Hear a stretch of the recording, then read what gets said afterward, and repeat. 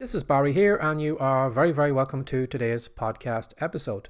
Now, today's podcast episode, I want to start off with a question, and that is, how well do you handle criticism? You know, when someone criticizes you, how does it make you feel? Do you take it to heart? Does it knock your self-confidence? Does it send you scurrying off to your little safe space? You can be guaranteed that when you're building a business around your passion, you are going to bump up against criticism. You're going to find people who don't like you and don't like what you do.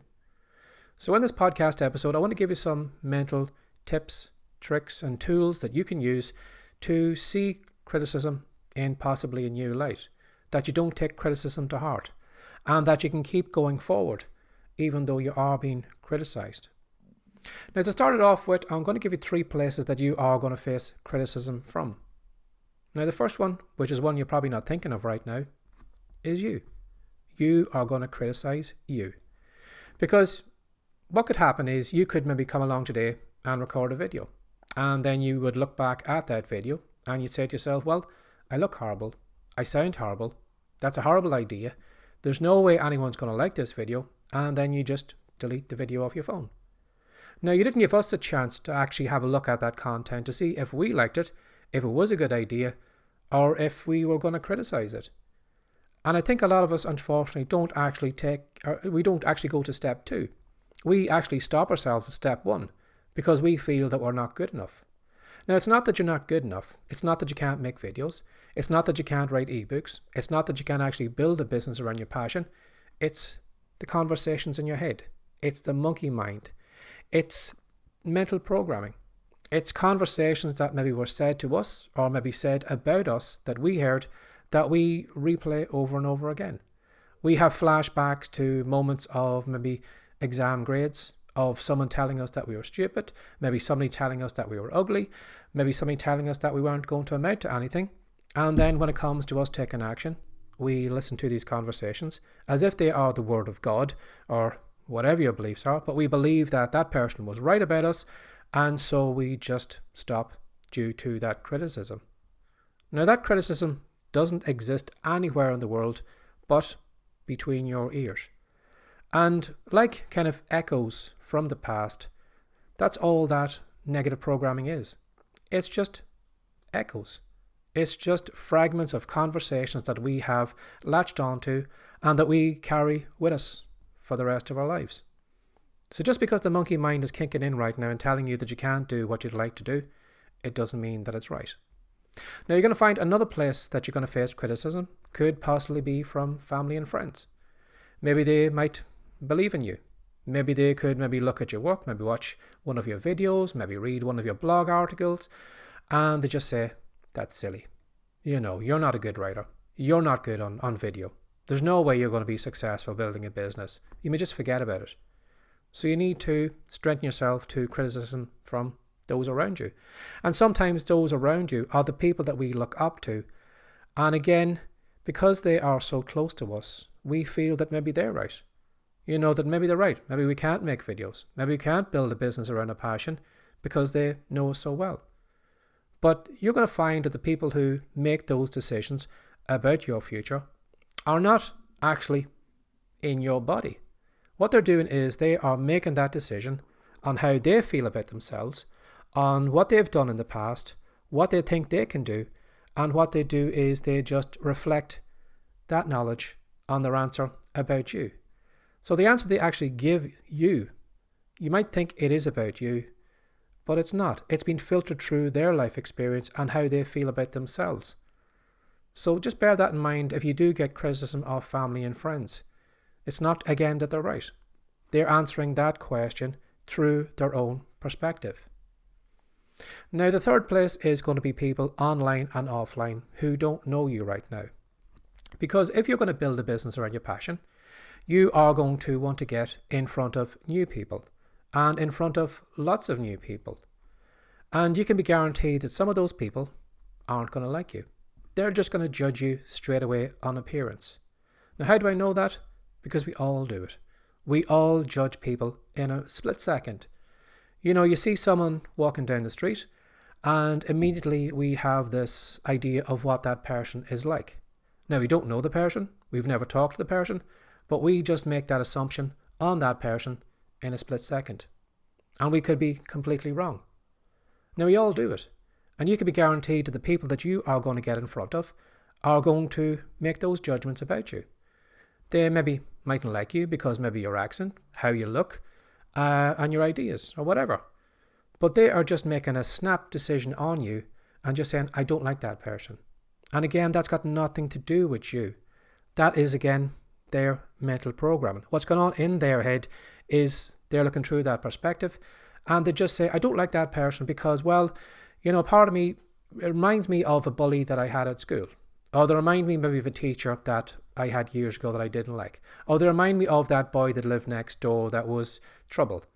Or they remind me of somebody off TV that I never liked. They look a lot like them, so I don't like them as well.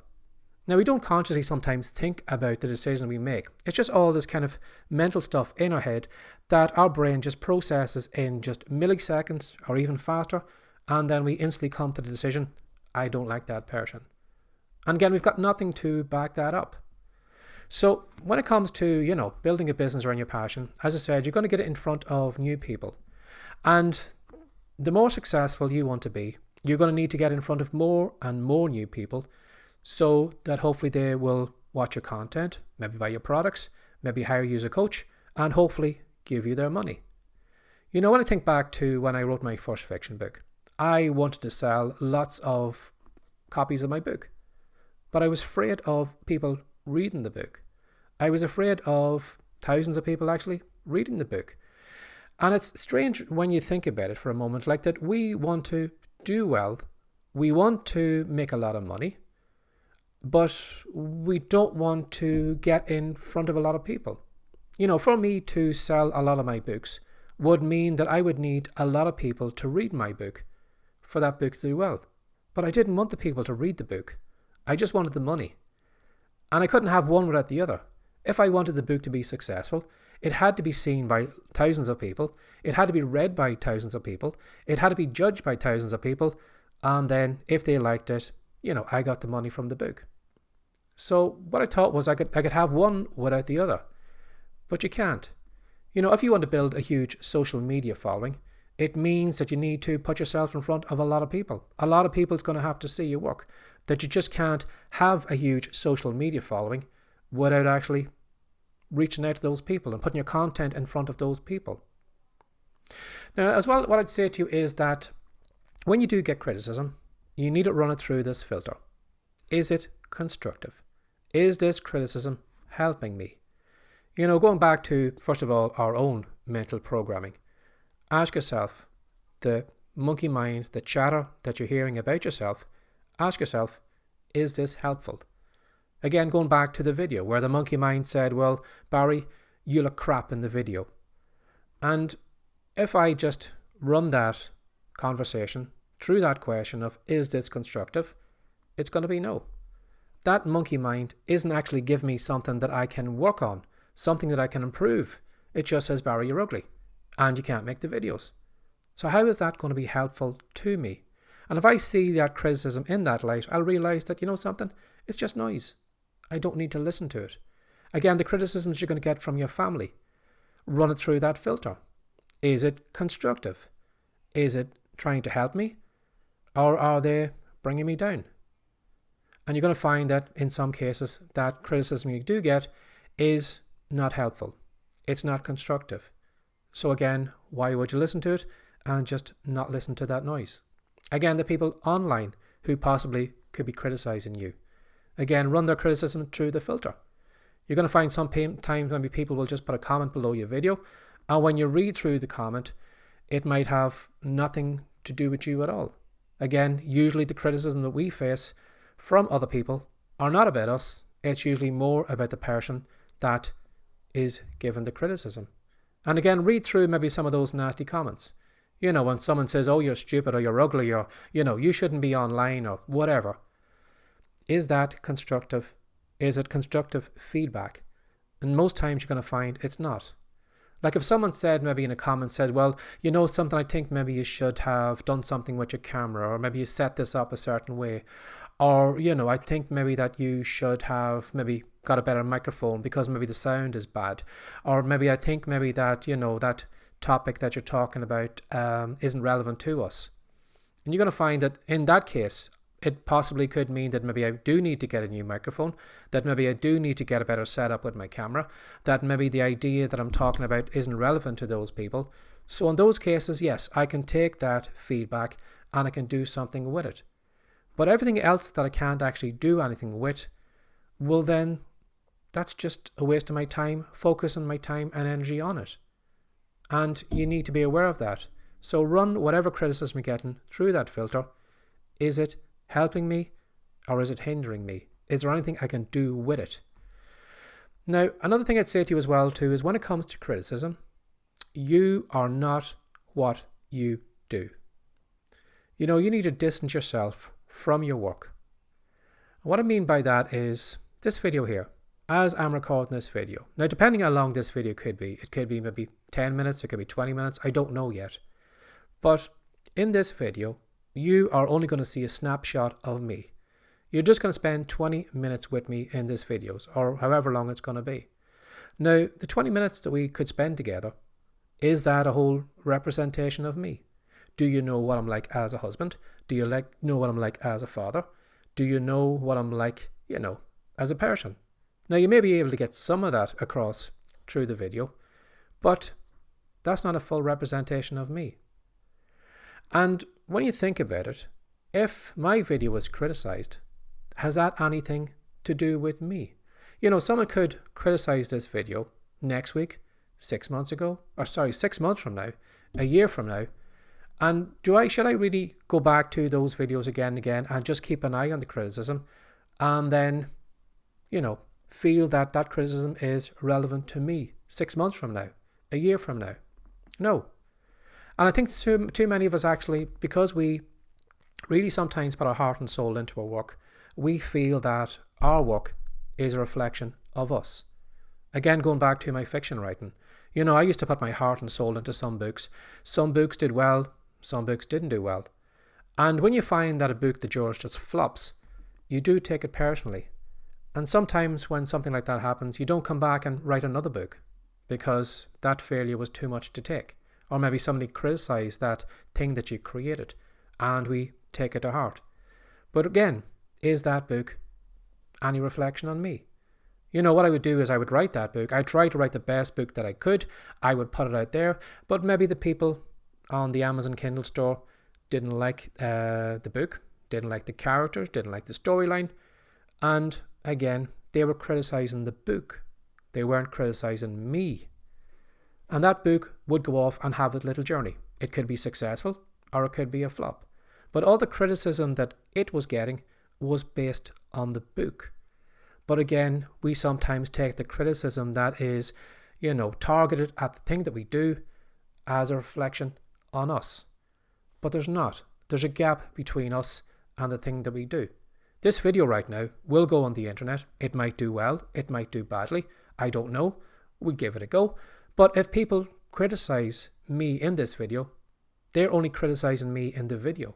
They're not criticizing me right now or a week from now or a month from now. They're just criticizing me on my thoughts in this video. So you need to separate yourself from your work. Do the best work that you can, but then let it go. Let it have its own little journey. If it's going to be successful, it'll be successful. If it's not going to do well, it's not going to do well. And if anyone criticizes that work, what they're doing is they're criticizing the work. They're not criticizing you. So separate yourself from the two. When it comes to criticism as well too, is that sometimes when you could find it maybe tough, I would recommend you go back to your why. Why are you actually doing this? Why are you putting yourself out recording a video? Why are you writing an ebook? Why are you trying to build a business around your passion? And you're going to find that when you do maybe get knocked down with criticism, going back to your why will actually, fan the flames of that fire again and make you realize, well, something? I don't care what that person said about me in that video. I'm going to go back tomorrow and I'm going to record another video because the reason I'm doing this is because I want to build a business around my passion, because I want to treat my kids, because I want to buy a new car, because I want to buy a new house, because I want to do all these things. And then when you think about the why, that fires you up, and then you realize, why are you doing this? Why are you actually putting yourself out there? Why are you putting yourself in front of new people, leaving yourself open to criticism? So remember, having a strong why can really, really help you get through these moments where you may be a little bit low and you may be thinking about giving up because you're just being criticized. Another thing I'd say to you as well too is that criticism comes with the territory. You do need to develop a thick skin. As I'm recording this video and putting it out there, as I said before, I'm going to be putting myself in front of new people who have never seen me before, have never heard about me, and could possibly make a split-second judgment on me. But I need to know that is what I'm getting into. And I'd say the same to you as well too, that it's part of the territory. You are going to be making videos for people that don't know you and will judge you and could possibly criticize you. Now, what I'd say to you as well too is that we kind of focus on the criticism. We focus on the negativity. But I know for a fact that I'm going to get in front of people who will possibly like me, like this video, and follow me. So there's a dark side, but there's also the good side. So don't get so focused on the negative side of everything going wrong, of everybody criticizing you, everybody bringing you down. You're going to find that, again, this unknown group that you're going to get in front of, your greatest fans will be out there. Some of your best customers are out there. And by you putting yourself out there, it gives you a chance to get in front of the good people, but you're going to find the bad people are going to be out there as well. But unfortunately, we can't just handpick the audience that we want to get in front of. You can be guaranteed that, if you want the good customers, the good followers, all the money, all that, you're going to have to be faced with the bad people as well too. The people who will never pay you, the people who don't like your content, the people who just have nothing better to do with their lives but leave negative comments below your content. So you can't have one without the other. So be aware of that. It does come with the territory. Now, when it comes to criticism as well too, and if you do find that maybe it is bringing you down and it is knocking your self-confidence, you'll probably need to build your self-confidence. Now, you can build your self-confidence with affirmations, positive maybe hypnosis tracks and things like that you can, listen to during the day or maybe nighttime to work on the mental chatter in your head and make it more positive. But as well too, what I'd say to you is that you need to celebrate your achievements. I think a lot of us unfortunately don't celebrate our achievements. Just actually celebrating the fact that you sat down today, recorded a video, put it on a platform is something to celebrate. Because you've done something that the majority of people will never do. People will talk about, I must do TikTok videos because I hear they're doing really well and you can make a lot of money on TikTok, or I must go over to YouTube because I hear that's where the money is and I can do that, or I must write ebooks because I hear there's a lot of money in ebooks and digital products, and most people won't do that. So the fact that you are actually thinking and actually doing things like that the majority of people won't do. Now, you mightn't be successful right now, but you should celebrate the fact that you are doing things that the majority of people will never do. So you should pat yourself on the back for doing that. And by celebrating your successes and realizing what you're doing, it's going to give you more confidence in yourself. Another way to boost your confidence too as well is to follow up on the things that you said you would do. What I found is that when I actually say to myself, well, Barry, this is what we're going to do today. We're going to make a video. We're going to put it up as a podcast. We're going to put videos on TikTok and YouTube. We're going to write some blog posts. We're going to do this. We're going to do that.